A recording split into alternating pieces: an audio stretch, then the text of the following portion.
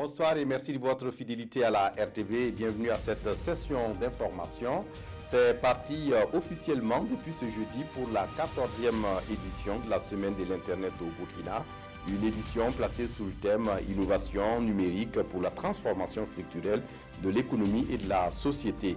Cette année, il est question de réfléchir au développement de l'économie numérique à travers la mise en place d'infrastructures de base, des services et applications nécessaires à la création de valeur et de recherche pour le Burkina Faso. Mais comment tout cela sera possible dans un contexte où l'accès à Internet est plus que problématique pour bien de pays africains comme le Burkina Faso, surtout avec des connexions Internet chancelantes. On espère que la manifestation pourra trouver des solutions adéquates. En tout cas, le salon court jusqu'au 24 novembre prochain.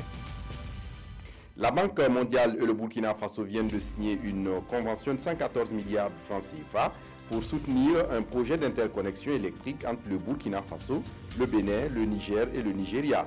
L'objectif du projet étant d'accroître la capacité de commerce d'électricité des pays concernés et de réduire leur dépendance énergétique. Le MPP, le parti au pouvoir, explique le pourquoi de l'augmentation récente des prix des hydrocarbures au Burkina Faso. C'est à ces militants réunis à Gounguen, dans la capitale burkinabé. Pour le parti au pouvoir, cette hausse s'explique par le contexte international où le cours du pétrole brut se trouve à un niveau élevé ces derniers temps. Et puis au lendemain d'une journée chaude qui a vu la mort de 2 personnes, le calme semble être revenu à Tanguin, ce quartier populaire de Ouagadougou, ce matin. Hier, c'était un affrontement entre Koglouego et Boucher.